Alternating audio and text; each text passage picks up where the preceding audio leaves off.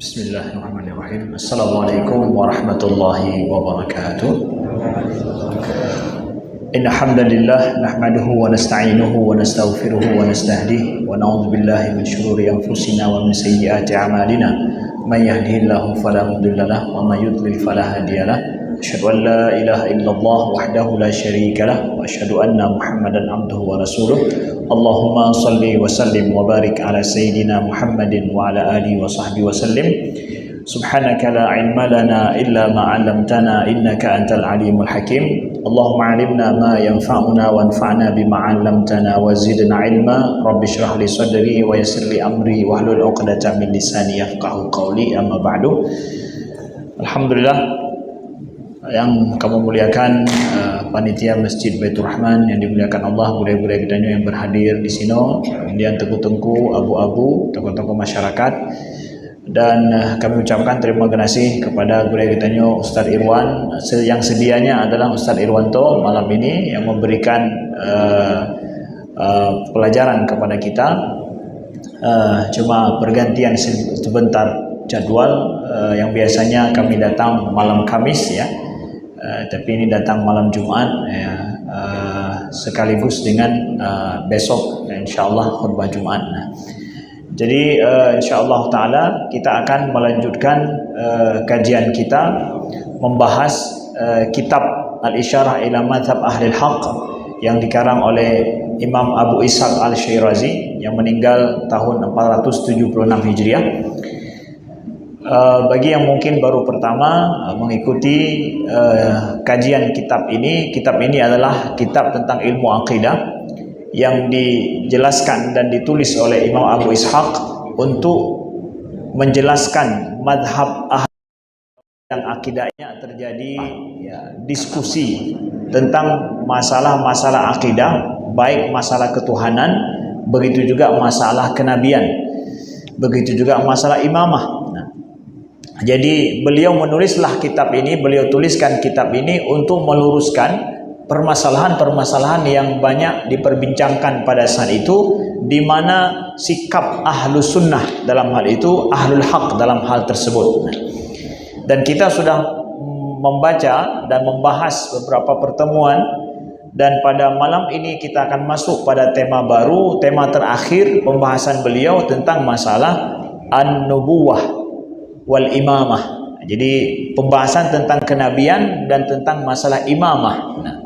Imamah ini adalah apa? Imamah ini adalah masalah kepemimpinan setelah Nabi sallallahu alaihi wasallam. Jadi tiga topik yang biasanya dibahas di dalam ilmu akidah. Yang pertama topik masalah ilahiyat, masalah ketuhanan, kedua adalah an-nubuwat, ya, ketiga adalah sam'iyat. Ya, tentang masalah ketuhanan, tentang masalah kenabian, dan juga tentang masalah hari kiamat. Dan para ulama ahlu sunnah biasanya di akhir kitab itu akan membahas tentang masalah al-imamah. Al-imamah ini adalah masalah kepemimpinan di dalam Islam. Kenapa dibahas di dalam buku akidah? Memangnya masalah imamah itu masalah akidah. Dalam madhab ahlu sunnah, masalah imamah bukan masalah akidah, bukan, tapi dia masalah fikih, masalah siasah, itu masuk berana fikih, bukan berana akidah. Tapi para ulama kita ternyata membahas juga masalah ini dalam kitab-kitab akidah. Kenapa? Karena masalah dengan orang Syiah, yang orang Syiah menganggap masalah imamah ini masalah akidah. Ya, jadi masalah imamah, masalah kepemimpinan dalam Islam ini, mereka menganggap perbedaan masalah ini bisa menjadi kafir seseorang. Dan mereka banyak mengkafirkan orang lain, dan termasuk para sahabat, hanya gara-gara masalah imamah ini, masalah kepemimpinan. Siapa yang berhak menjadi pemimpin Islam, pemimpin umat Islam setelah Nabi sallallahu alaihi wasallam? Pertanyaan ini dijawab oleh orang Syiah. Ya, dan dijawab juga oleh ulama ahlu sunnah. Tapi jawaban orang Syiah, jawaban masalah akidah, kalau nggak sama dengan mereka, maka mereka bisa mengkafirkan orang lain. Jadi mereka masukkan itu pembahasan dalam masalah akidah. Sedangkan ahlu sunnah wal jamaah, masalah kepemimpinan setelah Nabi itu ranahnya adalah ranah bidang fikih, bukan masalah akidah. Ada perbedaan di sini, itu enggak menjadikan orang jadi muslim kafir, enggak begitu. Itu mazhab Ahlus Sunnah wal Jamaah. Maka sekarang kita bacakan bagaimana Abu Ishaq Al-Syirazi menjelaskan kepada kita bagaimana pendapat ulama-ulama Ahlus Sunnah Ahlul Haq berkenaan tentang masalah al-imamah dan masalah kenabian ini.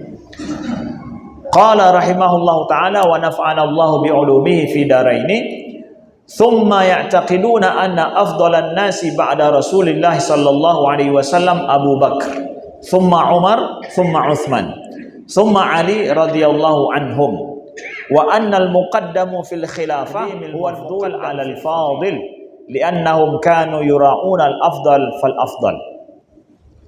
Kemudian Ahlul Haq ini dalam bidang masalah para sahabat dan imamah dan khilafah ya. Bagaimana Ahlul Haq, Ahlus Sunnah berkeyakinan dalam masalah ini?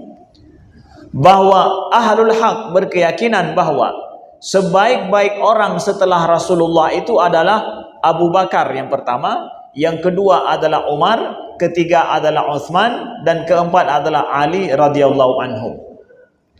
Wa annal muqaddam, bahwa yang pertama menjadi khalifah itu lebih baik daripada yang kedua, kedua lebih baik daripada yang ketiga, ketiga lebih baik daripada yang keempat. Begitu. Jadi sebagaimana turunan daripada khilafah itu, begitulah mulia dan fadilah para sahabat itu. Jadi setelah Nabi yang terbaik siapa? Adalah Abu Bakar pertama, kedua Ali, ketiga Utsman, kedua adalah Umar, ketiga Utsman, keempat baru Ali karramallahu wajhah. Begitu Ahlus Sunnah Ahlul Haq meyakini tentang masalah para sahabat. Kenapa demikian? Karena para sahabat sangat menjaga yang terbaik selalu harus diutamakan dalam hidup mereka. Jadi prinsip al-muqaddam, jadi yang al-fadil, yang terbaik mesti didahulukan daripada yang baik ya. Mafdul, al-fadil wal mafdul, yang terbaik selalu didahulukan daripada yang biasa-biasa saja. Itu prinsip para sahabat ya di dalam amalan mereka. Dalilnya mana? Dalilnya adalah anna Abu Bakar lamma nassa ala Umar qama ilaihi Talhah radhiyallahu anhu faqala ma taqulu ila idza laqita rabbak wa qad wulita alaina fadhan ghalidha faqala lahu Abu Bakar radhiyallahu anhu harakat li ainaika wa dhallat li aqabaika wa hamatni talfitni an ra'yi wa tasuddani an dini bal aqulu lahu idza sa'alani khalaftu alaihim khaira ahlik fadalla dzalika annahum kanu yura'una al-afdal fal afdal. Nah, jadi Ahlus Sunnah wal Jamaah meyakini bahwa orang terbaik setelah Nabi itu Abu Bakar yang pertama, bukan Ali. Nah ini dia, orang Syiah mengatakan setelah Nabi Muhammad adalah Ali, tidak ada yang lain. Dan Ali karramallahu wajhah ya bukan cuma sekedar sebagai khalifah yang berhak menurut mereka, tapi yang mewarisi kenabian Nabi juga Ali. Nah, ini nanti kita jelaskan bagaimana konsep Syiah supaya kita paham. Nah, tapi kita lihat dulu ini saat ini bahwa kenapa Ahlus Sunnah mengatakan bahwa Abu Bakar itu adalah yang terbaik setelah Nabi dibandingkan dengan seluruh para sahabat? Karena para sahabat tidak akan pernah membiarkan berkuasa dengan mereka kecuali yang terbaik di antara mereka. Itu prinsip hidup para sahabat, mereka amalkan. Buktinya mana? Buktinya adalah ketika Abu Bakar, ketika beliau akan wafat, beliau ada menunjukkan Umar, beliau calonkan Umar sebagai salah seorang yang menggantikan beliau.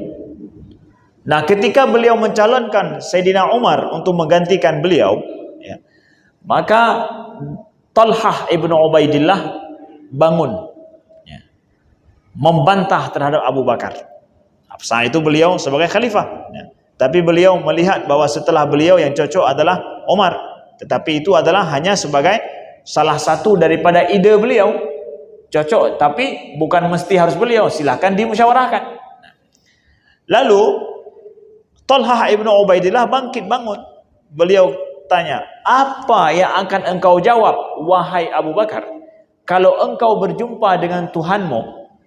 Kalau nanti seandainya engkau telah mengangkat pemimpin kami setelah kamu adalah seorang yang sangat kuat dan bahasanya apa?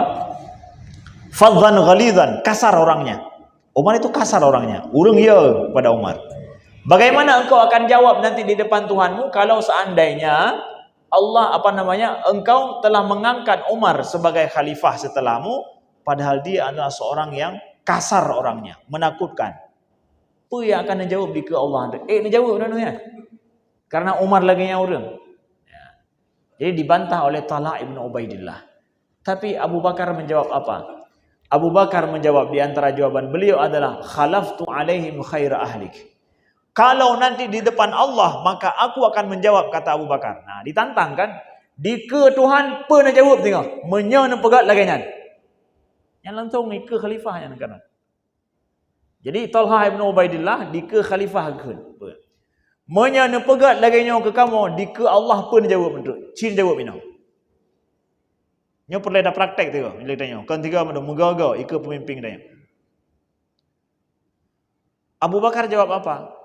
Maka aku akan menjawab di depan Allah bahwa aku telah mengangkat orang yang menggantiku adalah khairu ahlik, yaitu sebaik-baik hambamu ya Allah. Sebaik-baik orang yang paling dekat denganmu ya Allah. Itu yang akan aku jawab. Dan ini aku akan pertanggungjawabkan di depan Allah. Nyawa ke orang yang paling gad dari yang lunduh. Dan jawaban ini aku pertanggungjawabkan di depan Allah, kata Abu Bakar. Nah, ini membuktikan, kata Abu Ishaq Al-Shirazi, bahwa para sahabat kalau bukan yang terbaik, mereka enggak akan rela ada yang memimpin mereka. Yang tampil di depan tidak akan mereka rela kecuali yang terbaik. Nah, kalau para sahabat semua membiarkan ataupun rela Abu Bakar yang menjadi pemimpin mereka, setelah itu Umar yang menjadi pemimpin mereka, berarti menunjukkan daripada semua para sahabat itu yang terbaik pertama Abu Bakar, yang kedua adalah Umar. Buktinya mereka ridho. Berarti ini kesepakatan para sahabat, mesti itu orang yang terbaik. Ali nomor 4, bukan nomor 1. Karena kita percaya dengan para sahabat. Nah, di sini orang Syiah, inilah orang Syiah berbeda dalam hal ini. Mereka mengatakan bahwa Ali lah orang yang paling berhak untuk menjadi khalifah yang mewarisi Nabi sallallahu alaihi wasallam. Kenapa? Mereka punya banyak dalilnya. Kita akan dapatkan. Salah satu menurut mereka sebabnya adalah bahwa Nabi ada mengatakan secara nas, secara bahasa langsung sabda beliau bahwa Ali lah yang berhak untuk mewarisi beliau. Menurut orang Syiah. Sedangkan Ahlus Sunnah wal Jamaah mengatakan bahwa tidak ada satu nas pun yang jali yang menunjukkan bahwa Nabi mengatakan dan menentukan orang yang memimpin setelah beliau itu adalah siapa. Tidak ada. Kepada Abu Bakar tidak ada, kepada Ali juga tidak ada. Yang ada adalah nasun khafi. Yang adalah sabda Nabi yang bahasanya mungkin bisa dipahami tapi enggak pasti jelas. Nah, seperti misalkan Nabi menyuruh Abu Bakar jadi imam ketika beliau sakit. Apakah itu menunjukkan Nabi menyuruh Abu Bakar jadi imam, jadi pengganti beliau? Itu kan enggak langsung, enggak bisa langsung dipahami begitu. Nah, maka Ahlus Sunnah mengatakan bahwa tidak ada nasun yang secara pasti dari Nabi yang menunjukkan Abu Bakar lah pengganti beliau, enggak ada. Begitu juga tentang Ali. Kemudian orang Syiah, anggapan mereka atau keyakinan mereka berbeda dengan Ahlus Sunnah. Menurut mereka, ini pemimpin ini bukan cuma seorang khalifah, bukan cuma masalah politik, bukan cuma masalah mewarisi kekuasaan, mewarisi masalah siasah. Tapi apa juga?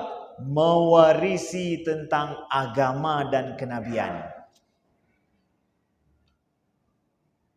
Bahwa menurut orang Syiah, kalau bukan garis keturunan Nabi, tidak boleh ambil ilmu kecuali darinya saja.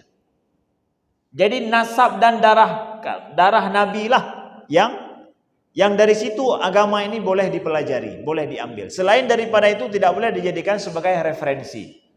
Ini keyakinan orang Syiah. Jadi nanti kalau misalkan nggak paham dengan keyakinan orang Syiah, ini anak-anak muda kita, mahasiswa, mereka akan menganggap oh Syiah lebih pahyo. Karena yang darah-darah Nabi mentong, awalnya nyekan darah Nabi hanya pakai ilmu yang kena. Orang Syiah meyakini bahwa hanya keluarga dan keturunan Nabi lah yang boleh diambil ilmunya. Maka dengan demikian menunjukkan bahwa orang Syiah mengatakan bahwa ilmu Nabi itu bisa diwariskan. Melalui apa? Ya melalui nasab dan darah. Sedangkan Ahlus Sunnah mengatakan enggak demikian. Bahwa nubuwah, kenabian dan urusan agama itu tidak diwariskan melalui nasab, tetapi dia boleh diwariskan dengan ilmu kepada yang walaupun enggak ada hubungan keluarga dengan Nabi. Nah, inilah letak perbedaan jelas antara orang Syiah dengan akidah orang Syiah dengan akidah Ahlus Sunnah. Yang dipernah oleh Nabi, para sahabat berapa puluh ribu orang para sahabat. Yang diajarkan oleh Nabi ilmu itu kepada siapa? Kepada Ali saja, karramallahu wajhah, atau kepada siapa saja para sahabat. Bahkan Abu Hurairah yang paling banyak merawikan hadis. Apakah ilmu Abu Hurairah nggak bisa diambil? Menurut orang Syiah nggak boleh ambil. Kenapa? Hana nasab dengan Nabi kayaknya. Ya. Tidak ada nasab dengan Nabi. Yang kita cocok dari nasab Nabi-Nabi betul. Nasab Nabi, anak Nabi, cucu Nabi, terus gede. Ya. Itu menurut orang Syiah secara umum. Ya. Menurut orang Syiah. Maka nanti orang Syiah kalau misalkan mereka membeberkan ataupun mengajak yang belum paham tentang hal ini, mereka akan ngajak begini.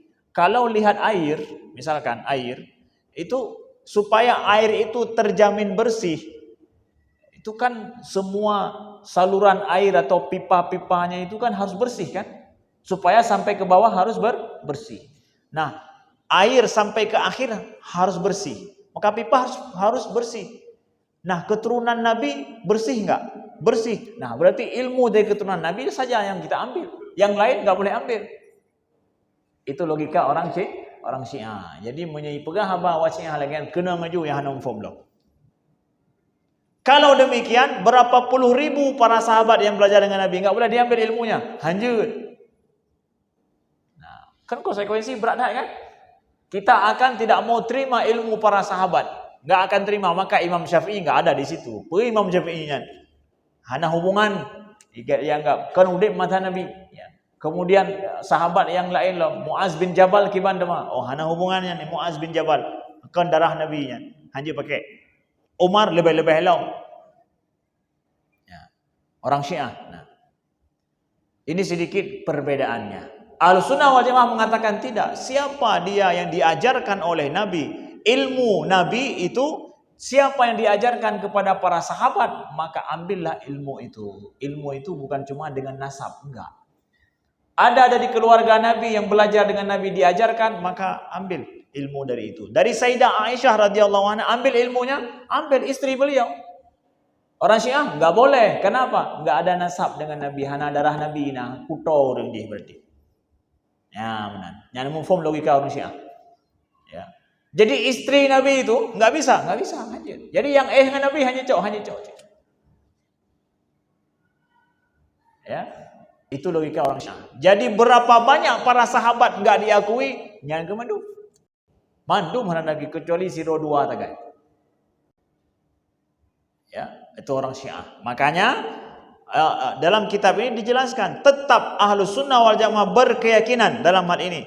Abu Bakar, Umar, Utsman dan Ali itu orang terbaik. Bahwa Abu Bakar tidak merebut kekuasaan daripada Ali, tidak, tapi beliau diangkat dengan ijma' para sahabat.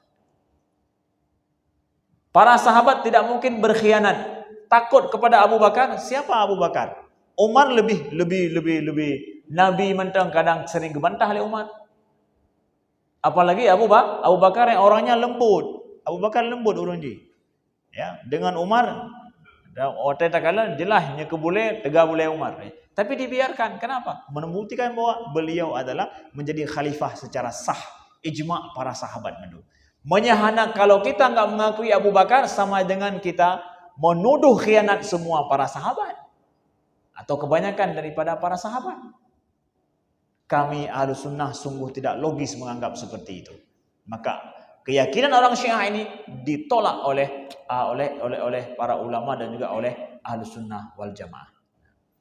Baik, sedikit lagi topik tentang Syiah, bahwa karena ini pembahasan ini sebenarnya adalah beliau menjawab tentang orang-orang Syiah pada masa itu.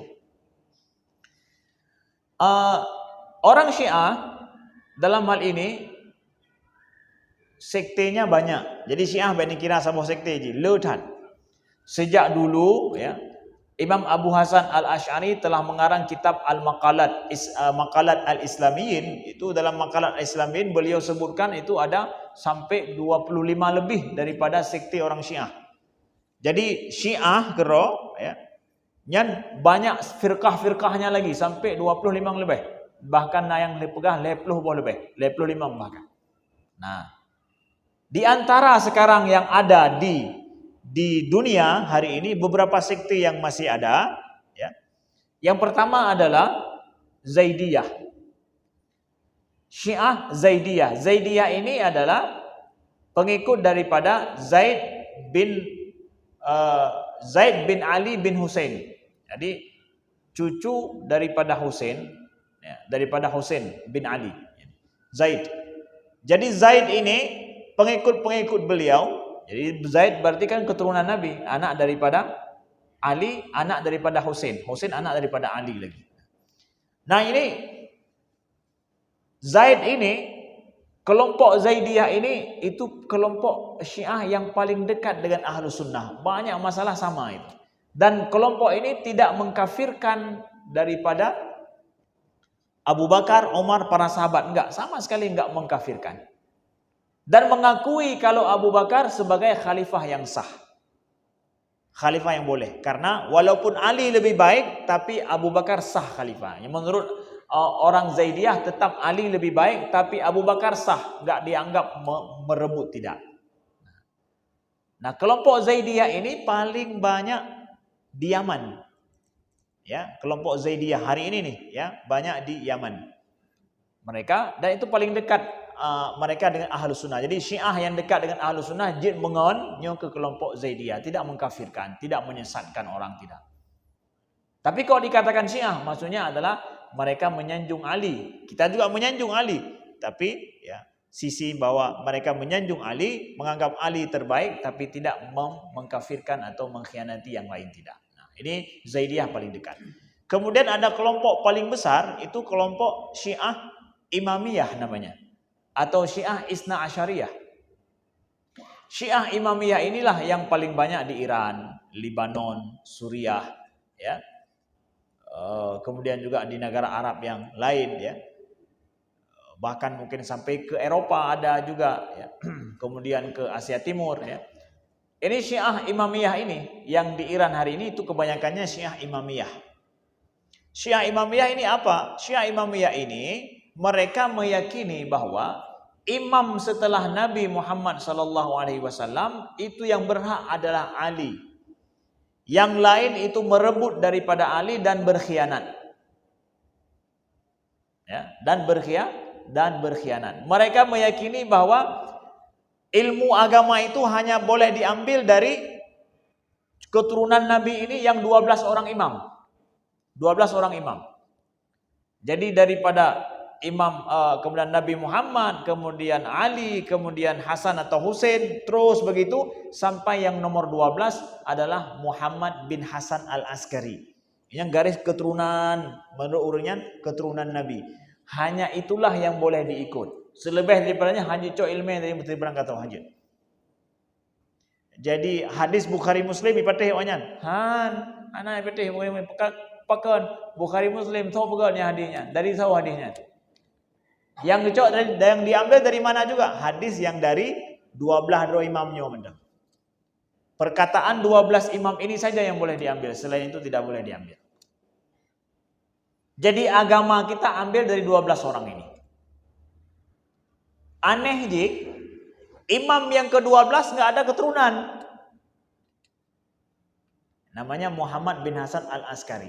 Yang menurut mereka yang hilang di sebuah gua di Samarra, di Irak. Jadi beliau masih kecil, dan dalam riwayat orang Syiah, Muhammad bin Hasan al-Askari, beliau masih kecil, masuk ke dalam sebuah gua di kota Samarra, di Irak, masuk ke situ nggak keluar lagi, hilang.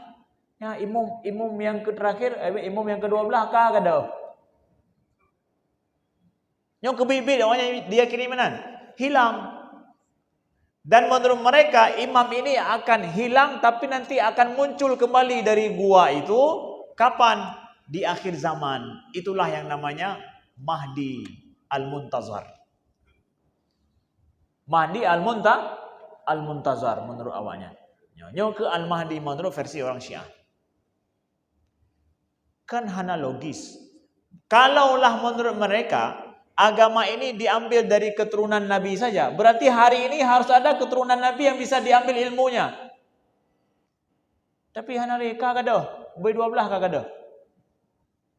Kan tidak logis kalian orang Syiah dengan logika yang demikian. Kagak. Man pada cowok ilmiah, makanya orang Syiah kebanyakan mereka yang imamiyah ini enggak sholat Jumat. Kenapa? Menurut mereka imam belum datang lagi. Yang berhak menjadi imam sholat Jumat dan khatib siapa? Imam yang berkuasa. Mai imam ka gadah halam gua, pandai nalam. Hana payah teman Jumat. Maka banyak yang pergi ke Iran urus Jumat kalian haithoh masjid lagu. Hana urus. Ya, bagi mereka Jumat tidak wajib karena imam belum ada. Kapan wajib Jumat? Ketika imam ada, imam jadi khatib, imam yang jadi imam juga. Nah, udah.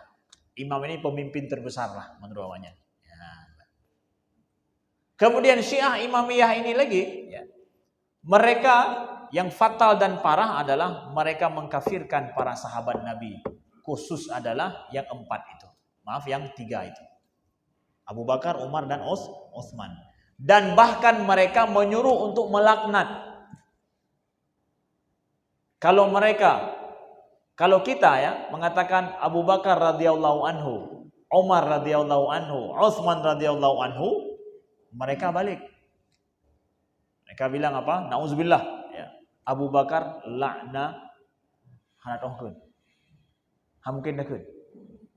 Dan mereka bertasbih dengan kata-kata itu. Nauzubillah. Dan tanda kutip ya. Bertasbih, tasbih hewanya yang kelagenya. Inilah kesesatan yang parah orang Syiah. Jadi kalau ada orang Syiah Imamiyah ini mengatakan bahwa kami sama dengan bapak-bapak ya. Menyama anduk ini. Syekhun Abu Bakar radhiyallahu anhu, Utsman radhiyallahu anhu, iplung aja. Ina hidup hana tama. Ya. Karena menurut mereka karena masalah imamahnya masalah akidah. Orang yang hana sesuai dengan akidah awalnya hanya terima. Ya.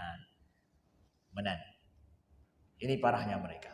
Kemudian di antara imamah orang Syiah Imamiyah ini juga ada yang menganggap Al-Quran bersama kita itu tidak lengkap. Tidak lengkap. Ada surat-surat ayat-ayat yang tidak ditulis oleh para sahabat pada saat itu. Bagi mereka sahabat itu banyak yang berkhianat. Nauzubillah. Yang tidak berkhianat hanya beberapa orang saja. Seperti Miqdad, Ammar, ya. Salman Al-Farisi, menurut awalnya Salman Al-Farisi yang God, sahabat yang God. Karena dari Iran, Salman Al-Farisi maksudnya dari orang Persia, orang Rawi dianggap. Yang dekat dengan Ali, menurut mereka. Sedangkan yang lain itu Ibnu Abbas bagaimana, Ibnu Mas'ud bagaimana, kemudian Abdullah Ibnu Umar kibanlom. Kalau Abdullah Ibnu Umar, anak Umar aja pakai aja, ya. Hanya pakai, padahal kita paling banyak belajar fikih dengan guru-guru kita dari siapa? Abdullah Ibnu Umar. Bahkan fikih Abdullah Ibnu Umar sangat luar biasa. Ini masalahnya dengan orang Syiah. Syiah versi yang kedua ini Imamiyah.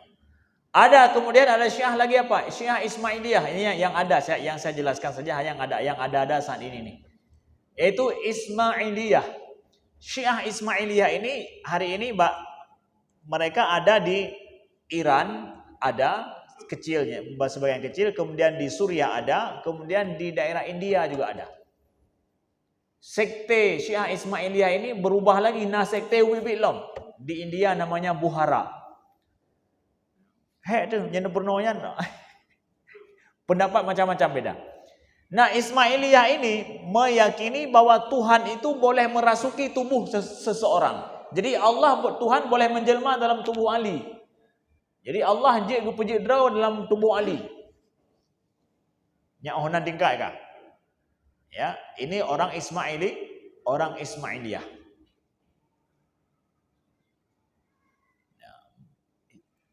Jumat juga tidak wajib bagi mereka. Hana wajib lah, karena apa? Hana imam loh. Ya. Jadi parahnya mereka ini dalam masalah menganggap Tuhan itu boleh masuk dan boleh menyatu dengan manusia. Bahkan keyakinan mereka pernah menyatu dengan Ali. Dalam satu ketika Tuhannya Naba Ali. Yang Al-Quran. Dumnangkan tingkat sesat. Kemudian ada Syiah Nusairiyah atau Alawiyah. Itu Syiah yang ada di Suriah. Yang Bashar Assad itu kelompok Syiah ini. Syiah Nusairiyah ini. Syiah Nusairiyah ini atau Alawiyah ini adalah Syiah yang meyakini bahwa ilmu itu ada ilmu zahir, ilmu batin. Maka Al-Quran ini hanya bisa dipahami oleh orang-orang yang diajarkan oleh Allah secara batin. Ya, siapa orang-orang diajarkan secara batin? Guru-guru awaknya mentang. Guru-guru mereka, imam-imam mereka dari kelompok mereka, itulah yang diajarkan oleh Allah ilmu batin tentang Al-Quran. Jadi belajar Al-Quran dari mana? Dari guru-guru mereka yang punya ilmu batin. Menyelekainya kiban ya, guru-gurunya mentang yang penuh ilmu batin mentang jadi nyocok. Selebih haji penuh. Tapi kelompok awaknya mentang, kelompok lain hanya penuh oleh Tuhan. Ya, kelompok awaknya mentang penuh.